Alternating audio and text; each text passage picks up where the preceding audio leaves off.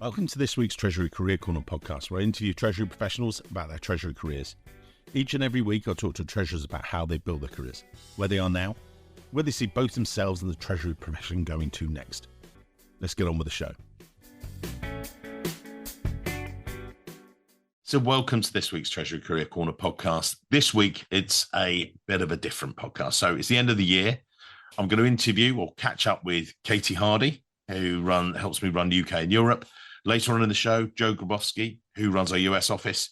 But we're going to bring you up to date with what 2024 has been like, because we're getting that question every day at the moment, and what 2025 is. What's the outlook?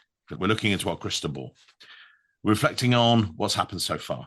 Katie and I have been talking about this quite a lot. We're a couple of weeks before Christmas. How has the market been? What's it going to do? And we're going to give it to you guys. Then we go to Christmas. Then we get into 2025. So, Katie, the markets throughout 2024. Can you give us a bit of a view or a bit of commentary, if you like? What's it been like? Hi. So I think on a global scale, the markets have been okay. I wouldn't say they've been overly buoyant as such. I think I could sit here and say, like some agencies do, that we've been run off of our feet and it's been a great market. I like to be transparent, as we do at the Treasury Recruitment Company. We've been busy, but I think a lot of the roles have had more of a challenge to get things signed off. A lot of the markets now are recruiting to replace across 2024. I think when somebody leaves Treasury position, there's a lot more focus on, do they actually need to replace them, or can the role be integrated within the current team? Yeah.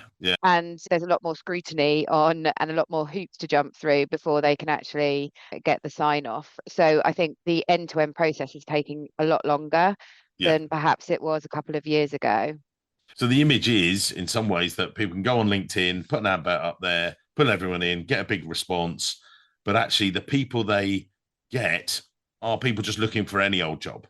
They're not just getting that Treasury role for them, sort of thing.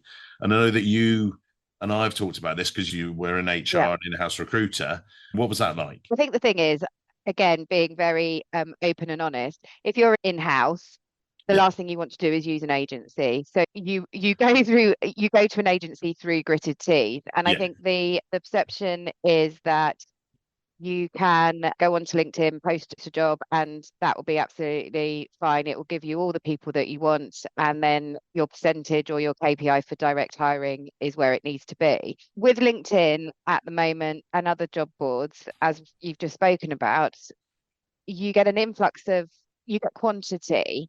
The time that it takes an in-house person to go through that quantity to find anybody of quality can take a long time. And I think when you are in-house, you aren't just looking after Treasury. So you get aligned to corporate functions. So it could be that somebody looks after Treasury, they look after tax and insurance, they look after corporate finance, they look after IT. They do rely on LinkedIn to generate what they need. And I think a lot of the time with LinkedIn responses, it's people who need a job. They don't necessarily want a job with you. It's not, your company isn't necessarily the chosen company.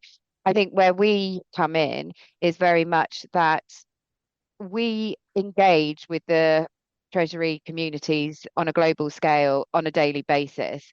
So whether that's we're talking to people every single day, or you're doing your podcasts, or we're sending out communication, or going back a couple of years, we did our bounce back program. We're always giving something more than just recruitment. And I think, Treasury professionals across all levels are used to that interaction from us. So actually, when we do phone up about a role for them, they're not generally on the market. They're not looking at LinkedIn. They're not looking at company websites. It's just, they're always open to opportunities. If it's going to enhance their careers. But actually, it takes us to really delve into the actual opportunity, where it fits within their career. Actually, now, over the last 12 months, there's been a lot more focus for the people that I've been speaking to around the culture, because, and I know that we're on our conversation, hybrid came up again, but I think now that's settled. You It's say all it's about settled. what's the culture like. Yeah, but you said it's settled. You and I have talked about the expectation being that hybrid is now the new norm, sort of thing. And Yes. I know you've had some conversations about that and which is the right split. And anyone that, because I did a piece the other day saying there are some times when you might be in the office 4 or 5 days a week, but the new norm, 2 to 3 days and things. Yeah, definitely. I think the whole kind of buzz around working from home and the hybrid thing has died down. And I think the expectation when you speak to candidates is that it's the 2 to 3 days in the office split. Mm. I think it becomes out of the norm. And generally, a couple of my clients over the last few weeks have said, actually, just to let you know, we expect somebody to be in the office 4 days a week. But so actually, the conversations we're having is we don't need to ask them what's your hybrid working policy.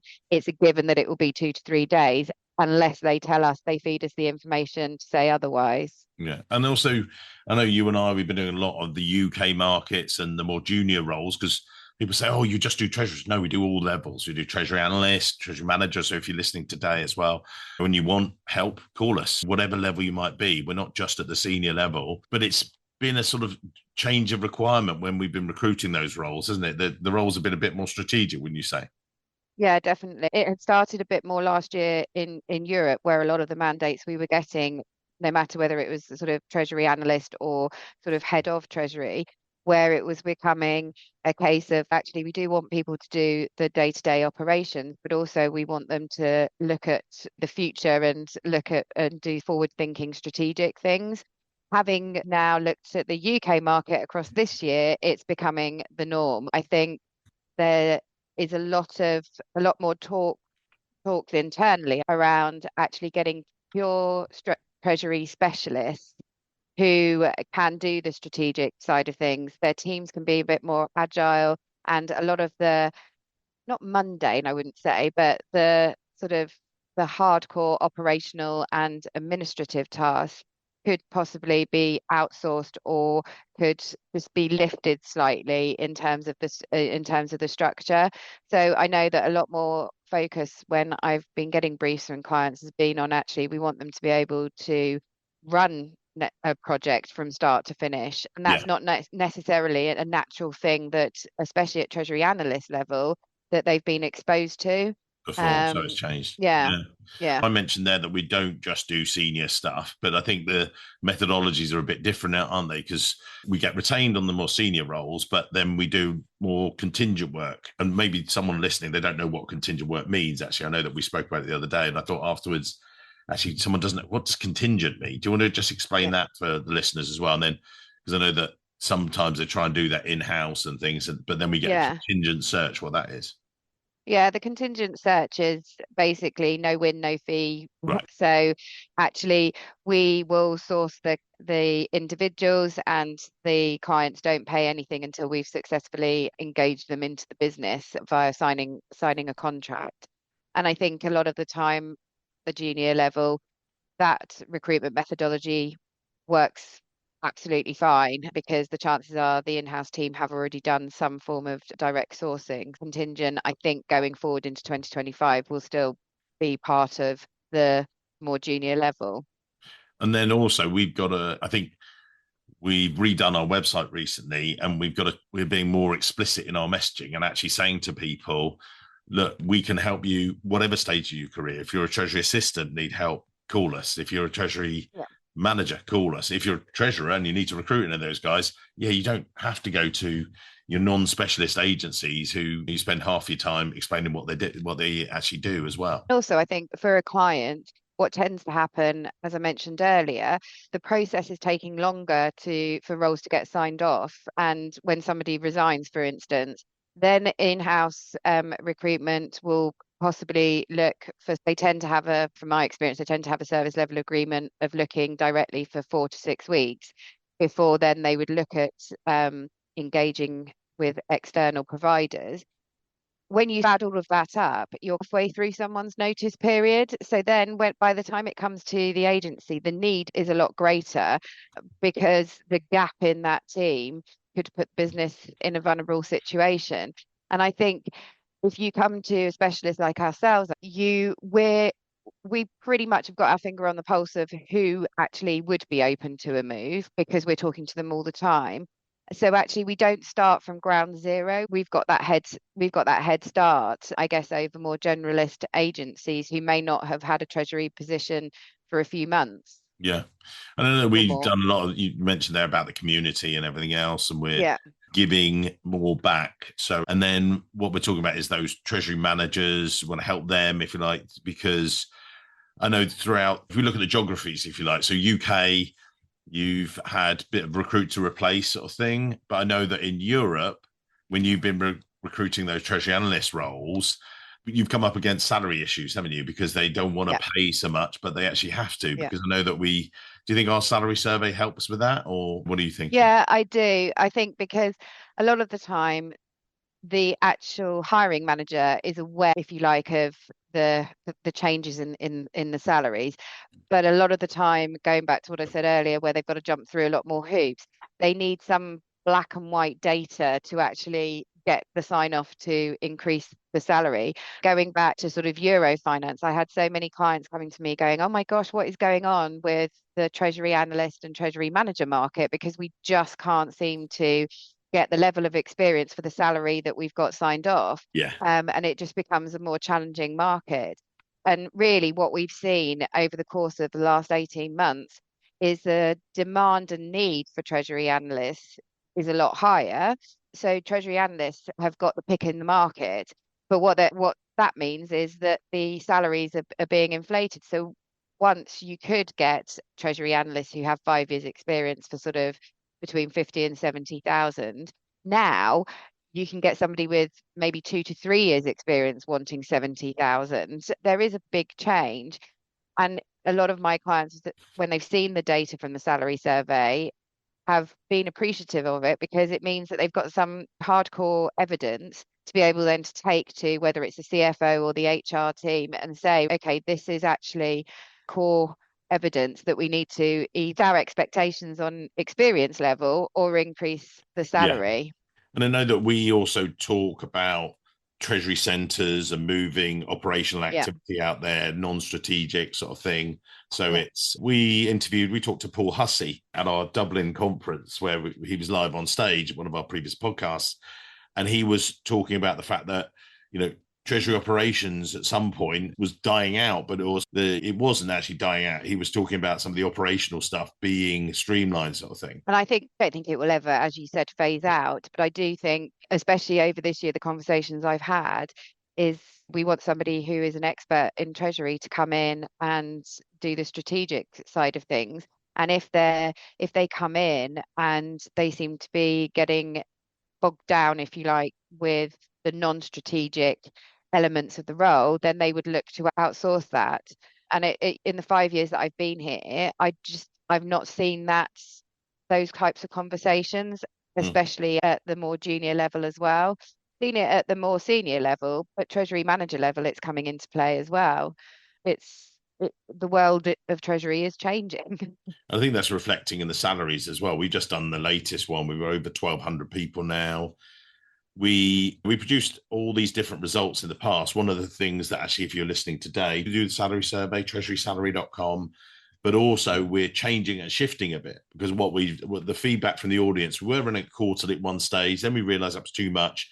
So we reduced it to doing it at the end of Q1, at the end of Q3. But actually, the feedback has been actually, we don't want it then. We want it in January and we want it in July. Can you run it then? And we're like, yeah, no problem at all.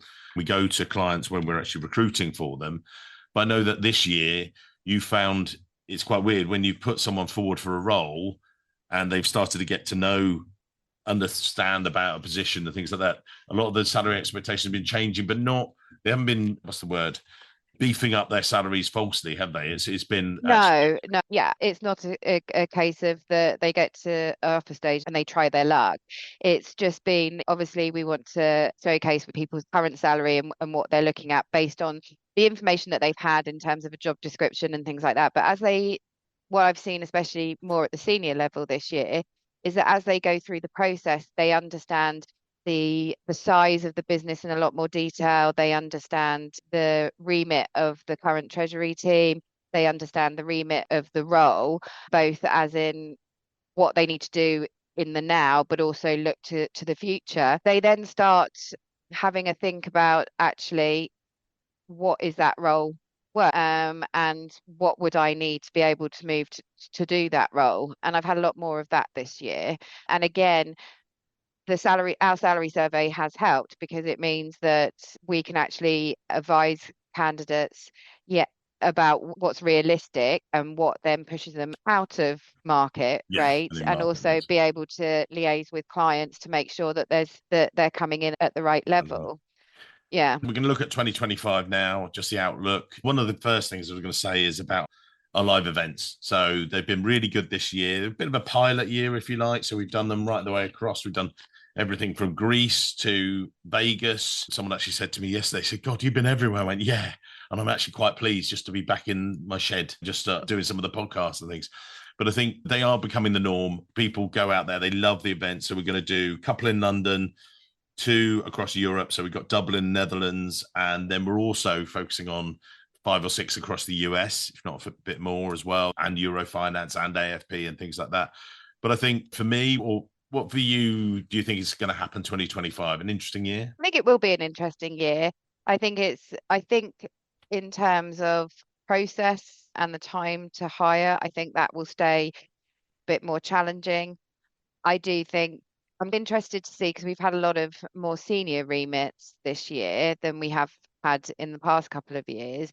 I'm interested to see whether or not that will stay the same. But I do think that the requirement for more strategic skill set will remain, and that's across all All three levels. markets. Yeah, Yeah, that's right. and across all levels. So yeah, I think it will be an interesting year. It's definitely one to watch. Yeah, and I think people should also, we're going to do, we've got more of our newsletter. I'm now going to do this weekly blog as well, which is a little bit more of a snapshot. So people can go onto our website and see that. And we're not going to put it on the podcast per se, but I just did our first one today where I talked about the personal versus work and bringing those together. And also I did this blog that came out earlier this week about remote working and about how Dell had banned it and a load of others. You've got to come back in the office, and some of my views on that. So if you are interested, go to our Treasury TV channel, stuff like that. You'll see some of that. And yeah, other than that, anything else to wrap up with, Katie? I think you and I have talked about other ideas that we're doing in order to still stay active in the communities and giving something back. So I think 2025 is definitely one to watch. Yeah, But lovely. apart from that, I just will wish everybody a happy Christmas. Yeah, happy Christmas onward to 2025. And I'm going to wrap up there with you, and then I'm going to catch up and I'm going to splice it in with the amazing Joe Grabowski shortly. So thank you very much. Thank you. Bye. I'd like to give a special thanks to Flywire, our fantastic sponsors. If ever you've wondered whether there's a way to ease your international transaction hassles, they're the guys to talk to. If you follow the link in our show notes, you can see me talking to my mate, Greg Levin, their Senior VP of Sales.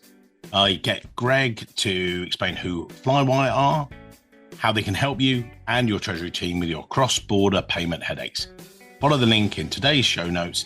Let's get back on with the show. You've heard Katie and I just talk about what we've seen globally. So we then also touched on UK, Europe, and the US. Now I'm joined by Joe Grabowski. We're recording this bit live, so you can actually go to our YouTube channel. If you want to their Treasury TV, you can see us chatting. If you enjoy YouTube more than you do listening, go over there. We've got a face of radio, but anyway, let's move on past that bit. Joe, let's dive into it. So 2024, what's it been like? We'll come to 2025 and what you've seen. So yeah, what's it been like? Yeah, 2024, it's interesting, right? I think it's been busy, but it's also been rough for both people looking to hire and people looking for jobs.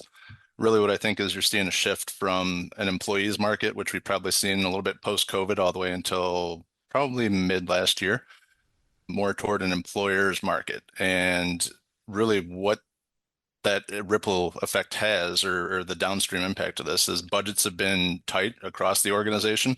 So now you have treasurers who are fighting for roles, headcount on their team, whether it's new headcount, trying to replace people who've left the organization or have been promoted internally. On that same note, you also have treasury people are analytical to begin with, but now you have almost a fear that you might not get a second shot at this if you make the wrong hire. So you have some treasurers who are being a little bit more critical, or going over potential candidates with a more of a fine-tooth comb than maybe you've seen in the past. Yeah. From there, you also, the other way that it plays into this is the recruiting market in 2023 and in 2024 was brutal. So you've seen a ton of what do you mean by Yeah. that? Do you mean from if you're a candidate looking for a role, or do you mean if a client trying to seek talent? Just you basically what you've had is layoffs started in the recruiting space in 2023 and continued into this year, right? Yeah. So you look at it from a staffing industry perspective, just in the US, it's down 10% overall in 2023, and it's still trending that way in 2024. We have a week left. I don't think there's much ground to be made up there. But what that means is now all of a sudden you have these tight budgets, you have smaller recruiting teams for the people who are supporting these treasurers who are looking to hire. That means they're also split across other areas of finance. Maybe they're split across IT, corporate functions, whatever it may be. So now you have a team that's stretched thin. You have a specialty skill set, and customer service is just it's hurting on both sides because of it. Treasurers aren't getting people or quality people as quickly as they'd like. People who are involved in the process, decisions are taking longer. These timelines are being drawn out. It's never going to move as quickly as a job seeker would like it to move, but they might also have other opportunities. So treasurers are losing out on good talent because of lack of efficiency within the organization, which is also caused by a team that has just been pretty much bombarded over the last couple of years or shred through. And again, and I think it's a great point because Katie and I spoke earlier about the fact that we had recruit to replace. That was what we were seeing. One person leaves, you cover it, you recruit to replace again. Second person, you need to recruit that person. But then you give this treasury job description to an HR person that's going, what's treasury? Like they've got 9 other requisitions on. They might have 20 other requisitions. They suddenly throw in this specialist job.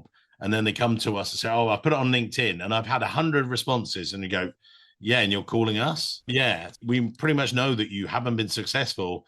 And you think that now the good thing is we know the talent. We know the people that are looking to move for that career step. As you say, I think that they are still being, if you're in that position, that's where we're adding the value. And we would say that. But how would you justify that? The other part to it too is because you have this reduced headcount, now all of a sudden you're trying to pack more and more skill sets into just one simple role. So now all of a sudden maybe you're looking for aspects of FP&A, you're looking for aspects of accounting, and that's not treasury at the end of the day.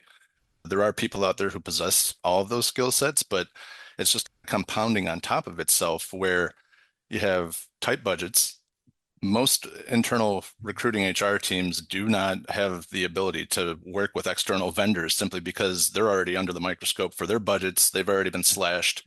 They're trying to save costs. They don't want to be additional overhead. And then now you have a specialized skill set that might be combined with another specialized skill set, and you don't have anyone on the other side of the desk saying, hey, wait, this doesn't sound right.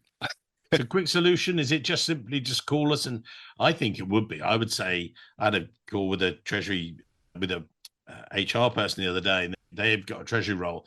And I said, look, I think you can do this one yourselves. And they're like, what, really? I said, yeah. I said, it's good, easy treasury analyst role.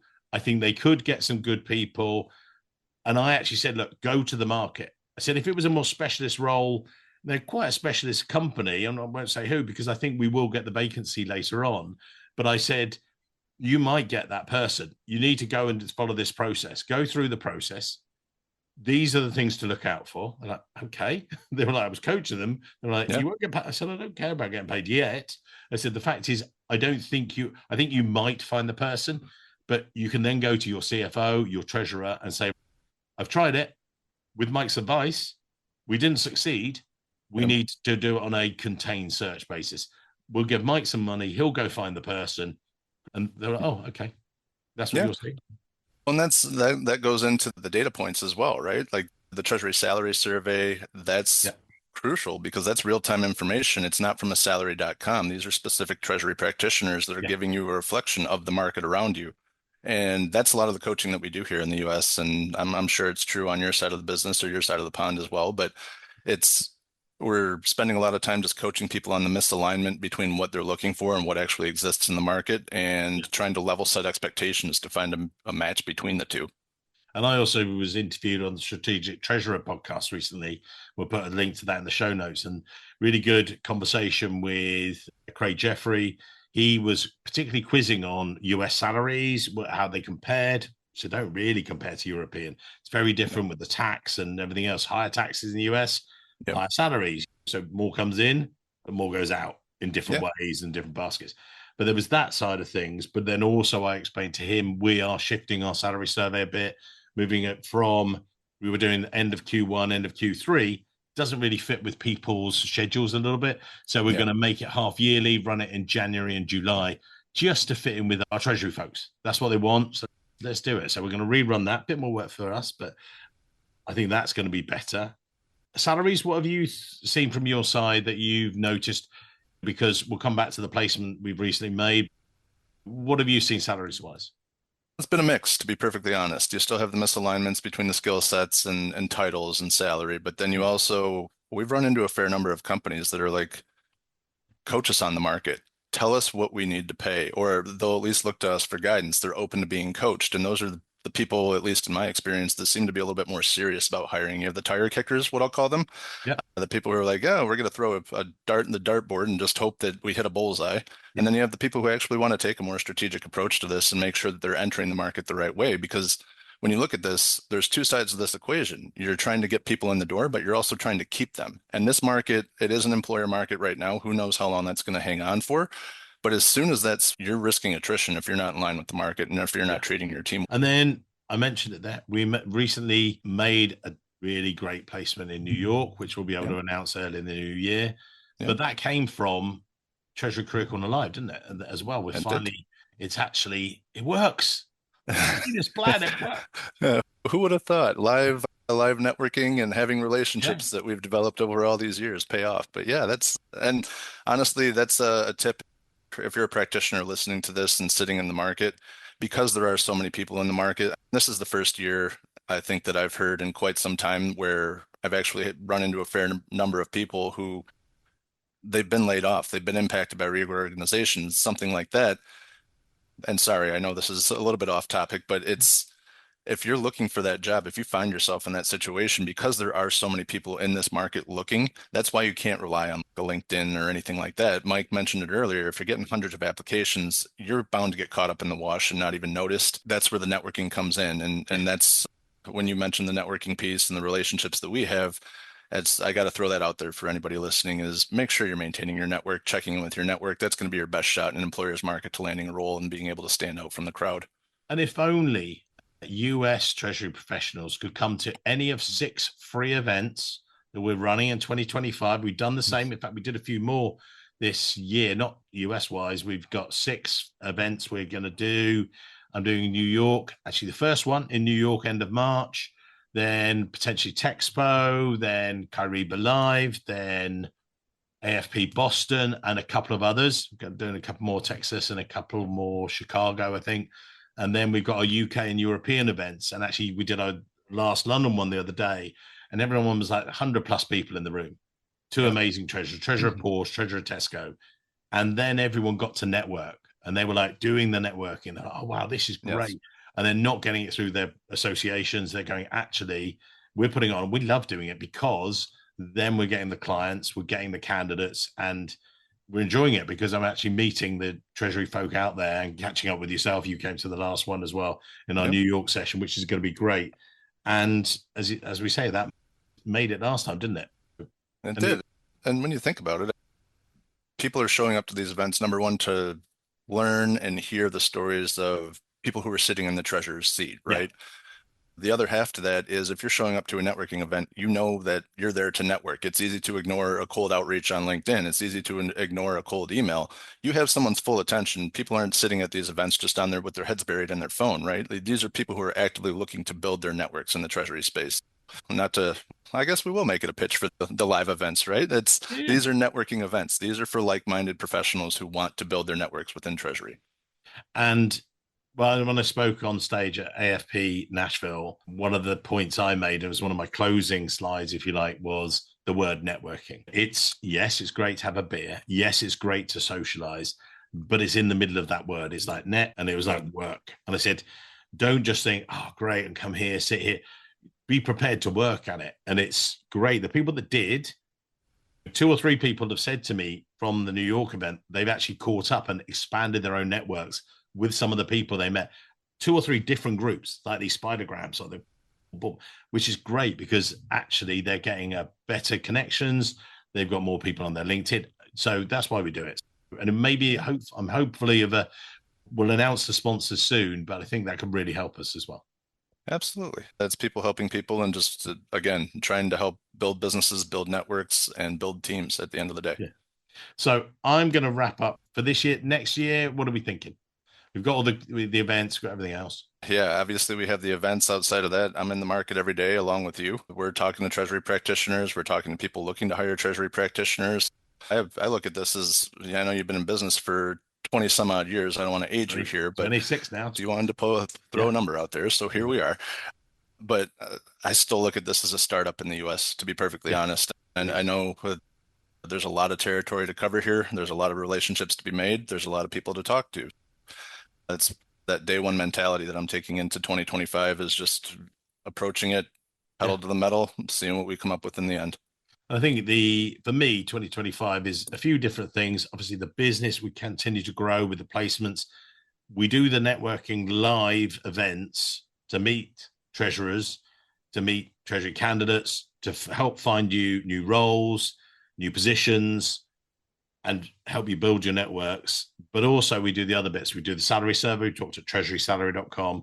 Got here, lovely podcast, which people are watching. But the fact is, there's someone every week we get someone else sign up to the podcast and go, oh, wow, what Treasury Career Corner, it's there, over 350, 360 podcasts with treasurers, great back catalogue, and you can listen to their stories, sign up there and stuff. And until I see you next year, mate, thank you very much. Been cool. Absolutely. Happy holidays. Thank you. Cheers. Bye. Thanks for tuning in to another great episode. You really enjoy it. Thank you very much. You make it worthwhile. Us recording them with these amazing treasury professionals right the way across the world, from the US, across the UK, across Europe. And there's lots more exciting guests to come and lots more live events. We love delivering this content. We get asked now, is this what you do? Do you just do content? Do you just do? No. The reason we do the content is to get to know you guys, to give you back the tips for success, if you like. But we're here to help you hire someone. If you need to recruit, call us, because at our heart, we are a treasury recruitment company. That's how we pay the bills. That's how we pay for the podcast. And that's what we're passionate about. We hear from you at events and things. Can we also help you find your next great role? Can we help you hire? The answer is yes. That's exactly what we do. Yes, we do our Treasury Salary Survey at treasurysalary.com. That helps us know exactly how to benchmark not only your salary, but also when you're looking to hire, we know exactly what the market is paying wherever you might be, whether it's the US, UK, or Europe. We want to make sure that we are the best informed, that we're not just finger in the air. We always know. If you want to hire the best in Treasury, don't hesitate to contact us.